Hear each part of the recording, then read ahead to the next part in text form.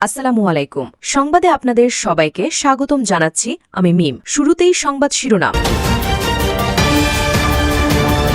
জানিয়ে দিব এই মুহূর্তে পাওয়া সর্বশেষ সংবাদ।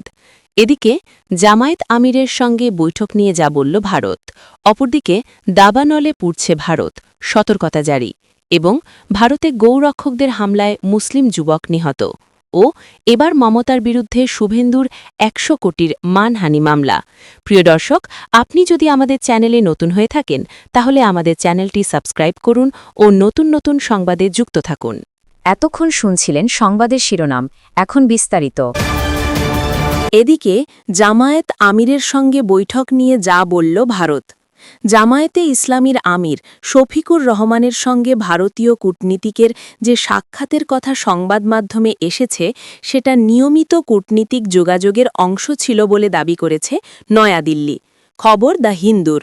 জামায়াত আমির রয়টার্সকে জানিয়েছিলেন ২০২৫ সালে তার বাইপাস সার্জারির পর ভারতের একজন কূটনীতিকের সঙ্গে বৈঠক করেছিলেন। অন্যান্য দেশের কূটনীতিকেরা যেমন প্রকাশ্যে তার সঙ্গে সৌজন্য সাক্ষাৎ করেন, ভারতীয় কূটনীতিক তেমনটি করেননি, অর্থাৎ বিষয়টি গোপন রাখতে বলেছিলেন। সাক্ষাৎকারটি প্রকাশিত হওয়ার পর বেশ আলোচনার সৃষ্টি হয়।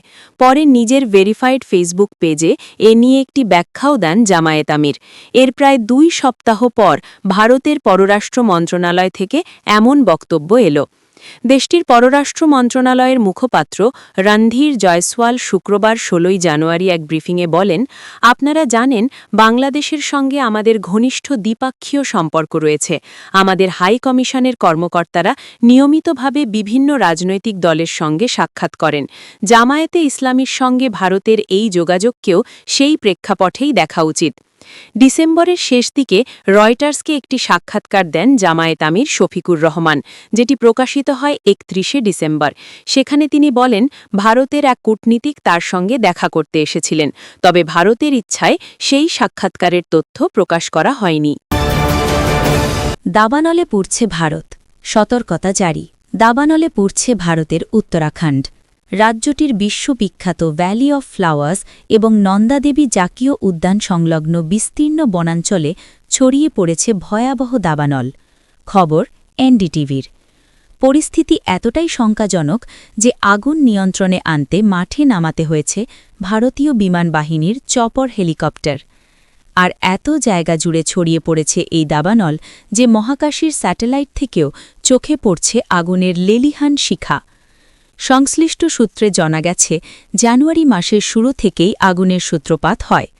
আবহাওয়াবিদ ও বন দপ্তরের কর্তারা জানিয়েছেন, এবারের শীতে হিমালয়ের এই অংশে তুষারপাত ও বৃষ্টি প্রায় হয়নি বললেই চলে। এই তীব্র শুষ্কতার কারণে জঙ্গলের মাটি ও গাছপালা শুকিয়ে কার্যত বারুদের স্তূপে পরিণত হয়েছে। ফলে দুর্গম পাহাড়ি এলাকায় দ্রুত ছড়িয়ে পড়ছে দাবানল। ইতোমধ্যেই উত্তরাখণ্ডের জন্য ১৬০০র বেশি সতর্কবার্তা জারি করেছে ফরেস্ট সার্ভে অফ ইন্ডিয়া। পরিবেশবিদদের মতে, জলবায়ু পরিবর্তনের জেরে শীতকাল ক্রমশ উষ্ণ ও শুষ্ক হয়ে উঠছে। এটাই এই ধরনের দাবানলের প্রধান কারণ। তাঁরা জানিয়েছেন, এই আগুনে হুমকির মুখে পড়েছে হিমালয়ের অমূল্য জীববৈচিত্র্য। সেই সঙ্গে ভূমিক্ষয় ও ধসের আশঙ্কাও বহুগুণে বেড়ে গিয়েছে। ইউরোপীয় স্যাটেলাইট চিত্রেও ধরা পড়েছে এই আগুনের ভয়াবহ রূপ। কোপার্নিকাস সেন্টিনেল-2 মিশন মহাকাশ থেকে উত্তরাখণ্ডের দাবানলের একটি ছবি তুলেছে। ছবিটি ২০২৫ সালের ৯ ডিসেম্বরের। তবে ২০২৬ জানুয়ারিতে পরিস্থিতির খুব একটা পরিবর্তন হয়নি, বরং নন্দাদেবী বায়োস্ফিয়ার রিজার্ভের কিছু অংশ নতুন করে তীব্র দাবানলের কবলে পড়েছে। ভারতে গোরক্ষকদের হামলায় মুসলিম যুবক নিহত। ভারতে তথাকথিত গোরক্ষকদের হামলায় আরও এক মুসলিম যুবক নিহত হওয়ার খবর পাওয়া গেছে। সম্প্রতি ওড়িশার বালাসোরে ঘটেছে এই বর্বরোচিত ঘটনা। নিহতের স্বজনদের অভিযোগ, ঘটনায় অনেকে জড়িত থাকলেও এখন পর্যন্ত সবাইকে গ্রেফতার করা হয়নি। খবর দ্য ইন্ডিয়ান এক্সপ্রেসের। জানা যায়, গত মঙ্গলবার রাতে সন্তানদের স্থানীয় মকর মেলা দেখাতে নিয়ে যাওয়ার প্রতিশ্রুতি দিয়ে বাড়ি থেকে বের হয়েছিলেন ৩৫ বছর বয়সী এসকে মাকান্দার মোহাম্মদ, কিন্তু পরদিন ভোরে হত্যার শিকার হন তিনি।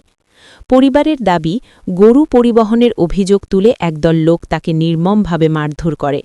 পুলিশ সূত্রে জানা যায় বুধবার ভোরে মাকান্দার একটি ভ্যানে করে যাচ্ছিলেন, যেখানে গবাদি পশু পরিবহনের অভিযোগ ওঠে। পথে ভ্যানটির চালক ও মাকান্দারকে একদল লোক আটকে মারধর করে বলে অভিযোগ। গুরুতর আহত অবস্থায় তাকে বালাসোর জেলা সদর হাসপাতালে নেওয়া হলে কয়েক ঘণ্টা পর চিকিৎসাধীন অবস্থায় তার মৃত্যু হয়। ঘটনার পর প্রথমে বালাসোর সদর থানার এক উপপরিদর্শকের অভিযোগের ভিত্তিতে একটি মামলা দায়ের করে পুলিশ। ওই এফআইআরে ভ্যান চালক ও মালিকের নাম উল্লেখ করা হয় এবং হামলার প্রসঙ্গ সেখানে ছিল না। এতে বলা হয়, জয়দেব কাসবা দিক থেকে দ্রুত ও বেপরোয়া গতিতে গবাদি পশু বোঝাই একটি পিকআপ ভ্যান চলছিল এবং সেটি নিয়ন্ত্রণ হারিয়ে উল্টে যায়। এ ঘটনায় পশু নির্যাতন প্রতিরোধ আইন, উড়িষ্যা গো হত্যা প্রতিরোধ আইন এবং ভারতীয় ন্যায় সংহিতার কয়েকটি ধারায় মামলা করা হয়। পরে জিতেন্দ্রনের করা অভিযোগের ভিত্তিতে হামলার ঘটনায় আলাদা এফআইআর দায়ের করা হয়। সেখানে তিনি অভিযোগ করেন, ৫ ব্যক্তি রাস্তায় ভ্যানটি আটকে তার ভাইকে প্রাণঘাতী অস্ত্র দিয়ে নির্মমভাবে আঘাত করে। পরিবারের সদস্যদের ভাষ্য, মাকান্দারের মাথাসহ শরীরের বিভিন্ন অংশে গুরুতর আঘাত ছিল। এক স্বজন বলেন, পুলিশ তাকে উদ্ধার করে বালাসোর জেলা সদর হাসপাতালে নিয়ে যায়। আমরা সেখানে পৌঁছানোর পর চিকিৎসক তাকে মৃত ঘোষণা করেন এবং পরে ময়নাতদন্তের জন্য মরদেহ পাঠানো হয়।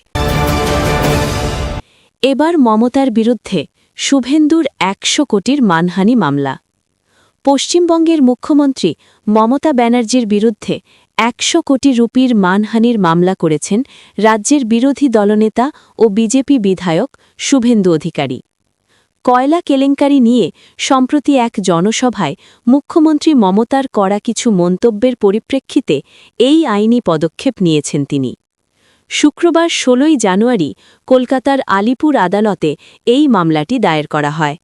শুভেন্দু অধিকারী জানিয়েছেন, মামলার রায়ে যদি তিনি ১০০ কোটি রুপি পান, তবে সেই সম্পূর্ণ অর্থ জনকল্যাণমূলক সেবামূলক কাজে দান করবেন।